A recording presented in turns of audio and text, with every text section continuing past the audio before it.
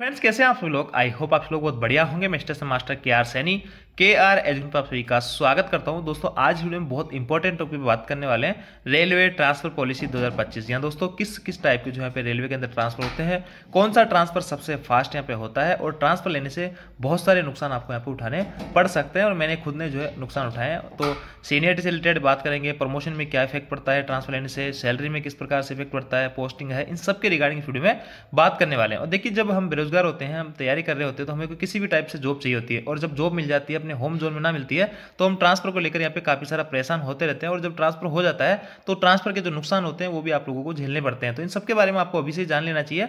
और आप में से कई सारे छात्रों की कवरेज होती है, कमेंट वगैरह करके पूछते हैं कि सर क्या पॉइंट्समैन है, और पॉइंट्समैन से वो मान लो LDC GDC के माध्यम से ट्रेन में स्टेशन मास्टर बन जाता है, तो क्या इनको फिर से जो है ट्रांसफर लेने पे इंटर रेलवे इंटर डिवीजन उनको पॉइंट्समैन बना दिया जाता है क्या? ऐसे में तमाम तरीके के आपके जो डाउट है उन सबको इंक्लूड इस वीडियो में किया हूं। तो सबके रिगार्डिंग बात करेंगे, सैलरी में क्या इफेक्ट हो जाएगा, साथ ही रेलवे ग्रुप डी के जो फॉर्म है 1 मार्च तक भरे गए थे, आप में से सभी साथियों ने भर दिए होंगे, और अब जो इसकी करेक्शन विंडो ओपन होने जा रही है, तो आप में से जो भी साथी है इनके फॉर्म में किसी भी टाइप की मिस्टेक हुई है या पोस्ट प्रेफरेंस वगैरह चेंज करना चाहते हैं, क्योंकि बड़ा रोल पोस्ट प्रेफरेंस के अंदर रहता है, तो इन सबको आप चेंज कर सकते हैं। इसकी रिगार्डिंग में बात करेंगे कब इसकी विंडो ओपन होगी।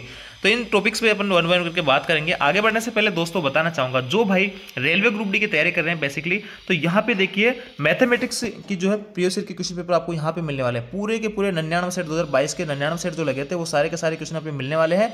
2650 प्लस MCQ, और वो भी सिलेक्टेड एग्जाम में आए हुए। और अगर साइंस का आपको एक PYQ चाहिए ओनली साइंस के, तो यहाँ पे 2340 क्वेश्चन आपको मिलने वाले हैं। हर क्वेश्चन का डिटेल से एक्सप्लेनेशन मिलने वाला है। ये बुक बहुत इंपॉर्टेंट आप लोगों के लिए रह सकती है। और आप सभी लोगों ने देखा होगा पिछले जितने भी ग्रुप डी के एग्जाम उनमें साइंस का वेटेज बहुत अच्छा खासा यहाँ पे नजर आ रहा है। तो इसलिए साइंस अगर यहाँ से करते हो तो हर क्वेश्चन के साथ में आपके 10 नए क्वेश्चन तैयार हो जाते हैं। तो ये बुक काफी इंपॉर्टेंट आप लोगों के लिए रह सकती है जो भाई ग्रुप डी के एग्जाम की तैयारी कर रहे हैं। और यहाँ पे सिलेक्टेड क्वेश्चन आपको दिए हैं विद डिटेल एक्सप्लेनेशन। और प्रैक्टिस सेट के लिए आप ये बुक फॉलो कर सकते हैं। 25 प्रैक्टिस सेट है आपके एग्जाम के ओरिएंटेड। तो तीनों बुक को ऑनलाइन ऑफलाइन किसी भी माध्यम से बाय कर सकते हैं। बहुत इंपॉर्टेंट जो है आप लोगों के लिए जो ग्रुप डी की तैयारी कर रहे हैं भाई, उनके लिए इंपॉर्टेंट बुक से साबित हो सकती है। सभी बुक ऑनलाइन ऑफलाइन किसी माध्यम से बाय कर सकते हैं। ऑनलाइन बाय करने के लिए लिंक आपको डिस्क्रिप्शन में दिया हुआ है। अब चलिए सबसे पहले थोड़ा समझ लेते हैं कि ट्रांसफर कितने टाइप के होते हैं, किस ट्रांसफर में कितना टाइम यहाँ पे लगता है। अब देखिए दोस्तों, ट्रांसफर पॉलिसी के अंदर आपके कई तरह के ट्रांसफर होते हैं। पहला होता है नेम नोटिंग। ये होता है आपका सेम डिवीजन के अंदर। अब जब भी किसी आपको स्टेशन मिल जाता है सेम डिवीजन के अंदर, कैसे, जैसे कि आप मान लो एक जयपुर डिवीजन की मैं पर्टिकुलर बात करूँ, इसमें किसी भाई को जो है फुलेरा स्टेशन मिल गया, किसी को जयपुर मिल गया। अब जयपुर वाला भाई जो है फुलेरा आना चाहता है, जो है, तो उस हिसाब से ये जब अपने स्टेशन चेंज करने की रिक्वायर्ड लगाते हैं एक ही डिवीजन के अंदर, तो उसको बोलते हैं नेम नोटिंग।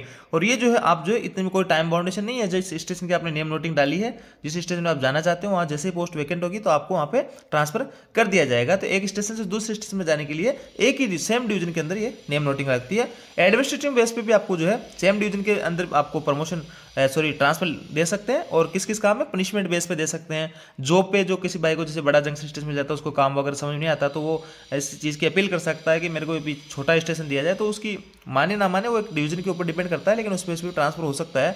या फिर जो कॉमर्शियल, जितनी भी कॉमर्शियल वाली पोस्टें हैं उनका हर 4 साल में ट्रांसफर होता है। कॉमर्शियल में जहां भी आपको 1 रुपये में लेन देन में भी आपका हाथ आ गया, जैसे कि स्टेशन मास्टर जहाँ रोड साइड स्टेशन टिकट काटते हैं, टिकट वही देते हैं, तो इसलिए उनको भी हर 4 साल में ट्रांसफर होता है। जंक्शन पे स्टेशन मास्टर का कॉमर्शियल से कोई मतलब नहीं होता, वो अपना ऑपरेटिंग का काम करता है। इसलिए जंक्शन पे वो चाहे जब जितने समय तक जंक्शन स्टेशन पे पोस्टिंग रह सकता है और एक स्टेशन पे ड्यूटी कर सकता है। और यहाँ पे इसकी भी कोई टाइम बाउंडेशन यहाँ पे नहीं होती है। और इसका जो पीरियडिकल जो ट्रांसफर होता है वो 4 साल में होता है। और जिसका कॉमर्शियल से कोई लेना देना नहीं होता है, तो उन भाइयों का जो है प्रमोशन बेस पे ट्रांसफर किया जाता है, या फिर प्रमोशन के हिसाब से भी अगर वहीं पे सेम स्टेशन में पोस्टिंग खाली होती है तो वहीं का वहीं उनको प्रमोशन कर दिया जाता है, उनका ट्रांसफर नहीं होता है। तो ये चीज़ आपको समझ में आया होगा। एडमिनिस्ट्रेटिव बेस पे भी आप लोगों का ट्रांसफर हो सकता है। अब आगे बात करते हैं दोस्तों ऑन रिक्वेस्ट। ये जो है अब मैं आपको ट्रांसफर बताने जा रहा हूं, ये इंटर रेलवे और इंटर डिवीजन दोनों ही काम करेंगे। सबसे पहले तो इंटर रेलवे और इंटर डिवीजन को समझ लेते हैं। देखिए दोस्तों, इंटर रेलवे का मतलब ये होता है कि जोन यहाँ पे अलग अलग हो जाते हैं। एक भाई जो है चेन्नई में काम कर रहा है, एक जो है आपका अजमेर जोन में काम कर रहा है। तो ये जो है चेन्नई वाला अजमेर आना अगर चाहे, या अजमेर वाला चेन्नई जाना चाहे, तो इसको बोलेंगे अपन ऑन आपका इंटर रेलवे ट्रांसफर। यानी यहाँ पे जहाँ पे जोन चेंज होने की बात आए उसको इंटर रेलवे ट्रांसफर हो जाता है।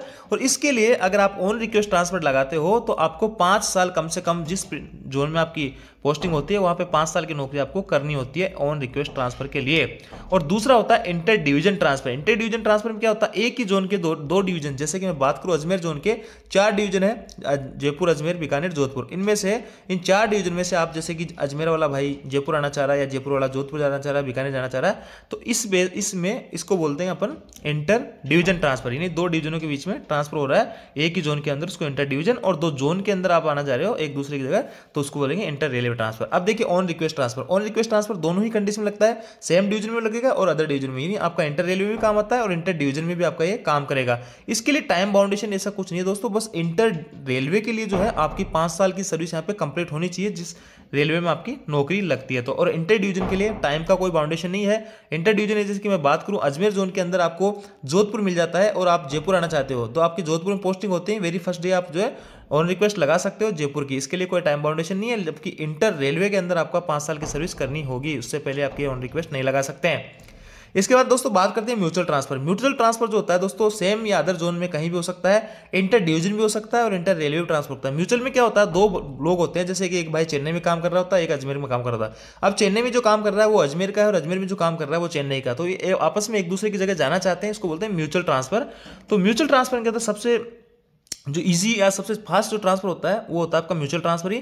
और इस बेस पे ये ट्रांसफर जल्दी इसलिए होता है दोस्तों क्योंकि यहाँ पे आपको बंदे के बदले जो है बंदा मिलता है, इसको भी बंदा मिल जाएगा, यहाँ से एक बंदा जाएगा एक आ जाएगा, यहाँ से एक जाएगा एक आ जाएगा। कहने का मतलब इनको कोई भी नुकसान यहाँ पे नहीं होना। बाकी जो दोनों ट्रांसफर है, जो भी ट्रांसफर है जैसे ऑन रिक्वेस्ट है, तो वहाँ पे जैसे इस बंदे का यहाँ से ट्रांसफर हो जाता है तो उसकी पोस्ट वहाँ पे वैकेंट हो जाती है, इसलिए उसको स्पेयर करने में और उस जो ट्रांसफर है वो थोड़ी सी लेंदी प्रक्रिया, उसमें आपको ज़्यादा टाइम यहाँ पे लगता है। तो यहाँ से समझ में आएगा बंदे के बदले ट्रांसफर होता है, इसमें आपका 40 से 45 दिन की बाउंडेशन है। HRMs माध्यम से ऑनलाइन जो है आजकल ये अप्लाई हो जाता है और बहुत ही फास्ट प्रक्रिया है। कभी हालांकि फिर भी ये किसी डिवीजन या जोन पे डिपेंड करता है कि वहाँ की जो सिस्टम कैसा है, कोई जोन यहाँ पे ज़्यादा टाइम ले लेते हैं, कोई यहाँ पे बहुत कम समय में ट्रांसफर कर देते हैं। तो ये आपका म्यूचुअल ट्रांसफर हो गया और सबसे फास्ट ट्रांसफर आप इसको कह सकते हैं। आगे बात करते हैं दोस्तों spouse based transfer. Spouse based transfer का मतलब ये है दोस्तों कि आपका स्पाउस यानी आपकी अगर आप मेल रेलवे कर्मचारी हो या फीमेल रेलवे कर्मचारी हो तो आपका जो पार्टनर है जिससे आपकी शादी होती है वो अगर स्टेट या सेंट्रल गवर्नमेंट एम्प्लॉय है तो उस बेस पे भी आपका ट्रांसफर उसके पास में हो जाएगा।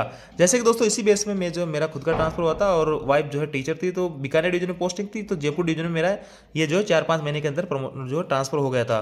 तो यहाँ पे इंटर डिवीजन भी आप ट्रांसफर ले सकते हैं, इंटर रेलवे भी ट्रांसफर ले सकते हैं और इसमें भी जो है दोस्तों बहुत ही कम समय में ट्रांसफर हो जाता है। लेकिन काफी सारे दोस्तों का कहना होता है कि सर हमारा 1-2 साल हो गए स्पाउस बेस पे फाइल लगी हुई है, अभी तक जो हमारा ट्रांसफर नहीं हुआ। तो मैं फिर से कहूंगा कि ये थोड़ा सा डिपेंड करता है आपके डिवीजन रेलवे के ऊपर कि उसकी जो प्रक्रिया कैसी है, प्रोसेस कैसी है। हालांकि मेरा खुद का अगर मैं बात करूं पर्सनली तो मेरा 4-5 महीने के अंदर स्पाउस बेस पे ट्रांसफर हो गया था। तो इसके अंदर कोई टाइम बाउंडेशन नहीं है आपकी फाइल लगाने की, जब भी आप जैसे इंटर रेलवे में हो चाहे इंटर डिवीजन में। यहाँ पे ऐसा नहीं कि आपके 5 साल नौकरी करनी होगी तब आप ट्रांसफर लगा सकते हो स्पाउस बेस पे, इस पे आप कभी भी लगा सकते हो और इसका भी 6 से 12 महीने के अंदर लगभग हो जाता है सभी भाइयों का ट्रांसफर स्पाउस बेस्ड ट्रांसफर पे। अब दोस्तों बात करते हैं कि ट्रांसफर लेने से नुकसान किस तरीके से होते हैं और मुझे किस तरीके से यहाँ पे नुकसान हुआ था। मैंने खुद ने जो है 5 साल बाद में ट्रांसफर लिया था और जो स्पाउस बेस पे, तो मेरे को जो है क्या क्या नुकसान उठाने पड़े थे। तो सबसे पहले दोस्तों सीनियरिटी में किस तरीके से नुकसान होता है, फिर सैलरी में भी क्या नुकसान होता है, पोस्ट है, पोस्टिंग है, प्रमोशन है, कि इनमें से किस किस चीज में नुकसान होता है और किस तरीके से नुकसान होता है। सबसे पहले दोस्तों मैं बात कर लेता हूँ सीनियरिटी की। जैसे कि दोस्तों मान लेते हैं कोई बीकानेर डिवीजन के अंदर भाई कार्यरत है और वो CCTC लेवल 3 की पोस्ट पे जो है यहाँ पे उसने पोस्टिंग दी गई है या उसने सिलेक्शन लिया NTPC किसी भी तरीके से। तो इसके बाद दोस्तों इसका प्रमोशन हो जाता है 2400 से 2800 से या 4200 4600 CTI तक वो पहुंच जाता है 10 15 20 सालों में जब भी। और वो CTI बनने के बाद में मान लो उसका ऑन रिक्वेस्ट या जो है inter railway inter division transfer उसका होता है तो उसको वापस CTI से जो कि आपका 4600 ग्रेड में है उसको दोबारा से ट्रांसफर लेने पे लेवल 3 के अंदर CCTC की पोस्ट पे दे दिया जाएगा।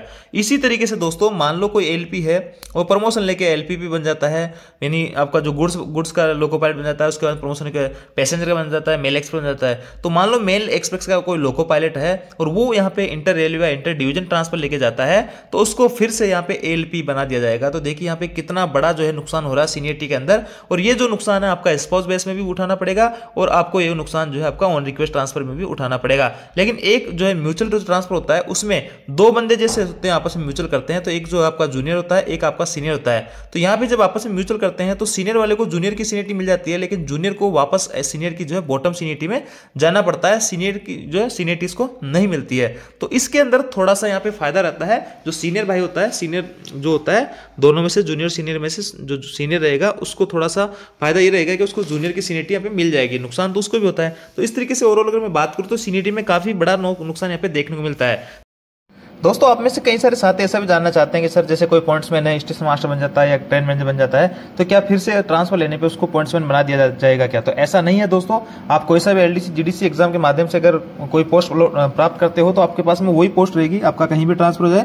बस आपका जो रेगुलर प्रमोशन होता है जो बिना किसी एग्जाम दिए, तो उसमें आपका जो है सीनियरिटी लॉस होती है। बाकी अगर आप स्टेशन मास्टर बन जाते हो एग्जाम के थ्रू तो आपका कोई भी नुकसान यहाँ पे नहीं होगा, आप स्टेशन मास्टर यहाँ पे बने रहोगे। सेकंड अगर मैं बात करूँ सैलरी की, तो देखिए सैलरी के अंदर कोई नुकसान यहाँ पे नहीं उठाना पड़ता है। बस ये है कि जैसे मैं खुद की बात करूं, मैं बीकानेर डिवीजन के अंदर एसएम की पोस्ट पे कार्य था 5 साल तक। अगर 1-2 साल और रुकता तो वहाँ मेरा जो है एसएस में सिलेक्शन हो जाता, एसएस में जो है प्रमोशन हो जाता। जैसे मेरे साथ वाले कई सारे जो दोस्त हैं वो एसएस बन गए, तो एसएस बनने पे मेरी जो है बेसिक यहाँ पे अच्छी खासी हो जाती है। और अब मैं एसएस बनने से पहले ही यहाँ पे जयपुर डिवीजन में आ गया, तो अब जयपुर डिवीजन में सबसे बॉटम सीनियरिटी मेरा, तो अब मेरा यहाँ पे वापस एसएस जो मैं कई सालों बाद बनूंगा, 5-10 सालों बाद, 7-8-10 साल ही यहाँ पे लग जाएंगे, तो इतने में काफ़ी बड़ा नुकसान यहाँ पे हो जाएगा।